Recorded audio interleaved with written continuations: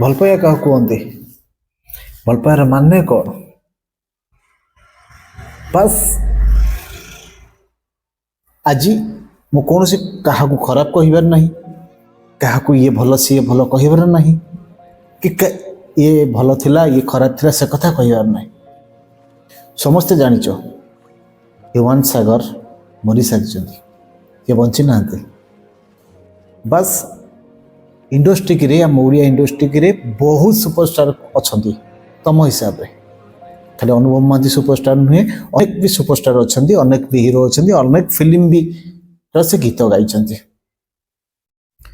ଅନୁଭବ ମହାନ୍ତି କାହିଁକି ଆମ ଭାଇଜାନ କାହିଁକି ତାକୁ ଏତେ ଭଲ ପାଉଥିଲେ କି ଟିଟଲାଗଡ଼ରେ ପହଞ୍ଚିଗଲେ? ସେଠି ଆଉ କ'ଣ କେହି ସୁପରଷ୍ଟାର ନଥିଲେ, କେହି ହିରୋ ନଥିଲେ, କେହି ଡାଇରେକ୍ଟର ନଥିଲେ, କି ପ୍ରଡ୍ୟୁସର ନଥିଲେ, ଆଣ୍ଡ ଟୋଟାଲ ଯେତେ ସବୁ ଟିମ୍ ଅଛନ୍ତି କ'ଣ ଆଉ କେହି ନଥିଲେ ଟିଟଲାଗଡ଼ରେ ପହଞ୍ଚିବା ପାଇଁ?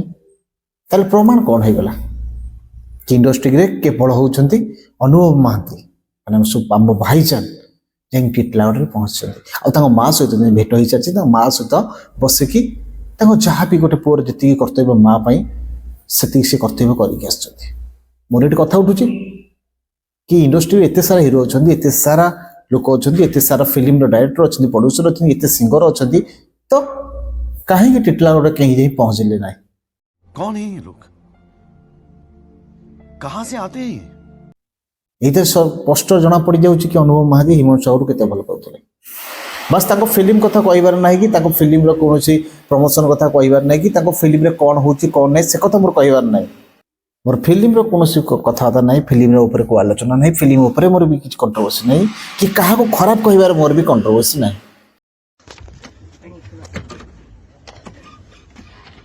ମୋର ଏଠି କାହାକୁ ଖରାପ କହିବାର ଉଦ୍ଦେଶ୍ୟ ନାହିଁ, କି କାହାକୁ ଭଲ କହିବାର ଉଦ୍ଦେଶ୍ୟ ନାହିଁ। ମୋତେ ଯେଉଁଟା ଲାଗିଲା ଠିକ୍ ସେଇଟା କହିଲି।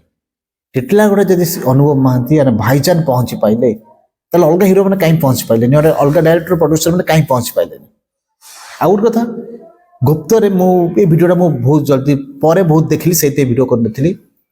କି ଯେତେବେଳେ ହ୍ୟୁମାନ ସାଗର ଯେତେବେଳେ ମେଡିକାଲରେ ପଡ଼ିଥିଲେ, ତାଙ୍କ ଝିଅକୁ ବି ତାଙ୍କ ମେଡିକାଲକୁ ପଠାଯାଇନଥିଲା। ବାସ୍ ମୁଁ କହୁନି ଭାଇ କ'ଣ କହୁଛନ୍ତି, ଜିତୁ ଭାଇ କ'ଣ କହୁଛନ୍ତି ତା କଥା ଶୁଣି ସାର, ତାପରେ ଆଲୋଚନା କରିବା। ଇଣ୍ଡଷ୍ଟ୍ରିରେ ଏତେ ସାରା ପଡ଼ିକି ରହିଥିଲେ ଲୋକମାନେ, ଏତେ ହିରୋ ପଡ଼ିଥିଲେ, ଏତେ ଇଏ ସବୁ ପଡ଼ିଥିଲେ, ସେ ସମସ୍ତେ କୁଆଡ଼େ ଗଲେ କାହିଁକି? ଯଦି ଗୋଟେ ମଣିଷକୁ ଏତେ ଖରାପ ସମସ୍ତେ କହୁଛନ୍ତି, ଅନୁଭବ ମହାନ୍ତି ଖରାପ, ସମସ୍ତେ କହୁଛନ୍ତି ଯେ ସିଏ କେବଳ ଇଣ୍ଡଷ୍ଟ୍ରିରେ ମାନେ ଓଭର ଆକ୍ଟିଂ, ମାନେ ଆକ୍ଟିଂ କଥା ଦୂରରେ କଥା, ତାକୁ କେହି ବି ଅଧିକ ଲୋକମାନେ ଭଲ ପାଆନ୍ତିନି, ଇଗୋ ଆଟିଚ୍ୟୁଡ୍ ଥାନ୍ତି। ଆଉ କିଛି ଲୋକ କହନ୍ତି ତା ମାନେ ତା କ୍ରେଜ୍ ଗଲାଣି, ସେ ଯିଏ ଯାହା କହୁଛନ୍ତି ଗଲାଣି। ତାହେଲେ ଯଦି ଗୋଟେ ମଣିଷ ଏତେ ପଛରେ ଥାଇକି ଏତେ କାମ କରିପାରୁଛନ୍ତି, କି ଜଣକୁ ମିଶିବାକୁ ଚାହୁଁଥିଲେ, କି ତାଙ୍କ ଝିଅକୁ ଏଠିକି ଆଣିକି ପହଞ୍ଚେଇଲେ ବାପ ପାଖରେ, କି ତାଙ୍କର ଲାଷ୍ଟ ଟିଟଲାଗଡ଼ ଯାଇ ପହଞ୍ଚିଲେ, ତାଙ୍କ ବୋଉ ପାଖରେ ହ୍ୟୁମାନ ସାଗରଙ୍କ ବୋଉ ପାଖରେ ଯାଇ ପହଞ୍ଚିଲେ, ତାଙ୍କ ମନ ଭିତରେ ଯାହା ଦୁଃଖ ଯନ୍ତ୍ରଣା ଅଛି ତାଙ୍କୁ ଦେଖିଲେ ଆଟଲିଷ୍ଟ ତ କିଛି ଭୁଲି ଯାଇଥିଲେ। କିନ୍ତୁ ଅଲଗା ହିରୋ ମାନେ କେହି ଗଲେ ନାହିଁ। କିନ୍ତୁ ଏଇଥିରେ ଇଏ ହେଉଛନ୍ତି ଓଡ଼ିଆର ଆମର ହିରୋ, ଇଏ ହେଉଛନ୍ତି ଆମ ଓଡ଼ିଆକୁ ଆଗକୁ ନେବା ପାଇଁ କଥା ପଢ଼ୁଥିଲେ। ବାସ୍ କମେଣ୍ଟ ଆଜି କରିଦିଅ, କିଏ ଠିକ୍ କିଏ ଭୁଲ ମୁଁ କହିବିନି। ଏଠି ମୁଁ କହିବିନି କି ଇଏ ଏଇଟା କରିଛି ଭଲ, ଏଇଟା ସେଟା କରିଛି ଭଲ, ଏଇଟା କମେଣ୍ଟ ଆପଣମାନେ କରନ୍ତୁ। ଆଉ ବିଶେଷ ଗୋଟେ କଥା କି ହ୍ୟୁମାନ ସାଗର ଯେଉଁ ଜାଗାରେ ପୋତା ଯାଇଥିଲେ, ସେଇ ଜାଗାରେ କିଛି କ୍ରିଏଟର ମାନେ ଯାଇକି ସେଟା ରିଲ୍ସର ଗୋଟେ ଖଟି କରିସାରିଲେଣି। କି ରିଲ୍ସ ତ ପୁରା ଡାଇରେକ୍ଟ ରିଲ୍ସ କରୁଛନ୍ତି, ଆଉ କିଛି ଲୋକ ଆଣ୍ଠେଇ ପେଡ଼େଇକି ପୁରା ମାଟିକି ଖେଳେଇ ଦେଉଛନ୍ତି। कौन है ये लोग? कहां से आते हैं ये? ମାନେ ସେମାନେ ହ୍ୟୁମାନ ସାଗରକୁ ଭଲ ପାଉନାହାନ୍ତି। ହ୍ୟୁମାନ ସାଗରଙ୍କର ରିଲ୍ସ ଚକରରେ ତାଙ୍କର ଭ୍ୟୁ ଆଉ କିଛି ଭ୍ୟୁ ପାଇବା ପାଇଁ ଏମିତି ସବୁ କରୁଛନ୍ତି। ଯେଉଁମାନେ ସେଟା କରୁଛନ୍ତି ଏଇଟା କ'ଣ ଓଡ଼ିଆ ପାଇଁ, ମାନେ ଯେଉଁ ଓଡ଼ିଆ କଥା, ମାନେ ଓଡ଼ିଆ ଭାଷା, ଓଡ଼ିଆ ଅସ୍ମିତା, ଓଡ଼ିଆର ସବୁ ସଂସ୍କାର ଅଛି, ସେଟାକୁ ଅପମାନ କରୁନାହାନ୍ତି। ଜଣେ ମଶାଣି ପାଖରେ ଯାଇକି ରିଲ୍ସ ଚକରରେ ହ୍ୟୁମାନ ସାଗର ଯେତିକି ମାଟି ପଡ଼ିଛି ଆଡ଼େଇ ଦେଉଛନ୍ତି। ଏଇ ହେଉଛନ୍ତି କିଛି କ୍ରିଏଟର ମାନେ ଅଛନ୍ତି। ଆଉ କିଛି ୟୁଟ୍ୟୁବର ମାନେ ଅଛନ୍ତି ତ ମାନେ କହୁଛନ୍ତି ଫୁଲବାସୀ ହେଉନି, ତାକୁ କଥା ଛାଡ଼। ଏବେ ରିଲ୍ସ ଘାରିଛି ହ୍ୟୁମାନ ସାଗରଙ୍କର, ସେ ଯେଉଁଠି ହ୍ୟୁମାନ ସାଗର ପୋତା ହେଇଛି ସେଇ ଜାଗାରେ ଏବେ ରିଲ୍ସ ଲୋକଙ୍କ ଚିନ୍ତାଧାରା। ଆଉ ରିଲ୍ସ ଗୋଟେ ମଣିଷ ତ ମାନେ ବଞ୍ଚିଥିଲା ବେଳେ ତାକୁ ଯେତିକି ଭଲ ପାଇବା ଦେଇନଥିଲ, କି ଯେତିକି ଘୃଣା କରୁଥିଲ କିଛି ଲୋକମାନେ, ହ୍ୟୁମାନ ସାଗର କଥା କହୁଛି, ଯଦି ଏତିକି ଭଲ ପାଇବା ଆଟଲିଷ୍ଟ ତାଙ୍କ ସପୋର୍ଟରେ ମିଳିଥାନ୍ତା, ଆଜି ହ୍ୟୁମାନ ସାଗର ବଞ୍ଚିଥାନ୍ତା। ତାଙ୍କ ହାରାସମେଣ୍ଟ ସେ ହେଇନଥାନ୍ତେ, କି ସେ କହିନଥାନ୍ତେ କି ମୋ ପଛରେ କେହି ନାହାନ୍ତି। ଆଇଦର ତ ସେ ତ ଏତିକି ଲୋକଙ୍କ ଭଲ ପାଇବା, ଏତିକି ଲୋକଙ୍କ ସପୋର୍ଟ ନେଇକି ତ ବଞ୍ଚି ପାରିଥାନ୍ତା। ସେତେବେଳେ ଲୋକଙ୍କୁ ଭଲ ପାଇବା ମିଳିଲାନି, ସେତେବେଳେ ଲୋକଙ୍କୁ ସପୋର୍ଟ ମିଳିଲା ନାହିଁ। କିନ୍ତୁ ଏବେ କିଛି ଭ୍ୟୁ ଚକରରେ ଲୋକମାନଙ୍କ ଭଲ ପାଇବା ଉଛୁଳି ପଡୁଛି। ଏହି ହେଉଛି ଅସ୍ମିତା କଥା, ଆଉ ଏଇ ହେଉଛି ଲୋକଙ୍କ ଭଲ ପାଇବା। କାରଣ ବଞ୍ଚିଥିଲା ବେଳେ ଲୋକ କେହି ଭଲ ପାଇଲେନି।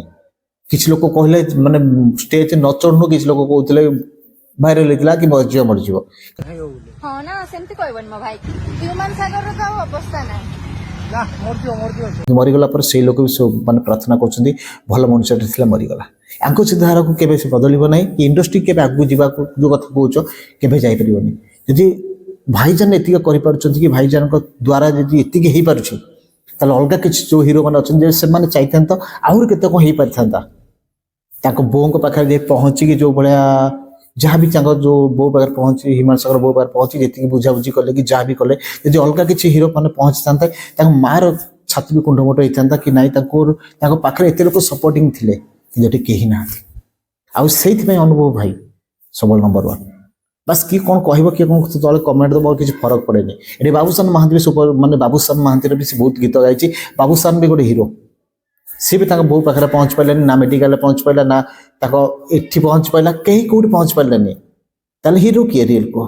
ଏମାନେ ସମସ୍ତେ ହଉଛନ୍ତି ଭ୍ୟୁ ଚକର ଆଉ ଲୋକଙ୍କୁ ଦେଖାଣିଆ। କିନ୍ତୁ ପରଦା ପଛରେ ଯଦି କିଏ ମାନେ ସେମିତି ହିରୋ ଥାନ୍ତି, ସେ ଯେ ଅନୁଭବ ମହାନ୍ତି। ପରଦା ଆଗରେ ଯେମିତି ସୁପରଷ୍ଟାର, ପରଦା ପଛରେ ବି ସେ ସେମିତି ସୁପରଷ୍ଟାର। କାହିଁକିନା ତାଙ୍କ ମନ ଭିତରେ ଦ୍ୱନ୍ଦ୍ୱ ନାହିଁ, ବୋର ତୋର ନାହିଁ, ଘୃଣା ନାହିଁ, ରାଗ ନାହିଁ, ରୁଷା ନାହିଁ। ସବୁବେଳେ ସମସ୍ତଙ୍କୁ ହସିକି କୁହନ୍ତି। ତାଙ୍କର ଇଗୋ ଆଟିଚ୍ୟୁଡ, ଗର୍ବ ବୋଲି ଗୋଟେ ଜିନିଷ ନାହିଁ। ସେଇଥିପାଇଁ ସେ ସବୁବେଳେ ନମ୍ବର 1 ଅଛନ୍ତି ଆଉ ରହିବେ। ବାସ୍ এই ଭିଡ଼ିଓଟା କଲା ପରେ କିଛି ଲୋକ କହିବେ ତୁ ତ ଭାଇ ନାଁରେ ଭାଇ ତୁ ଏମିତି ଟେକୁଛୁ, ସେଇଥିପାଇଁ ଭିଡ଼ିଓଟା କରୁଛୁ। ଭାଇ ମୁଁ ଏଇଥିପାଇଁ କରୁନାହିଁ।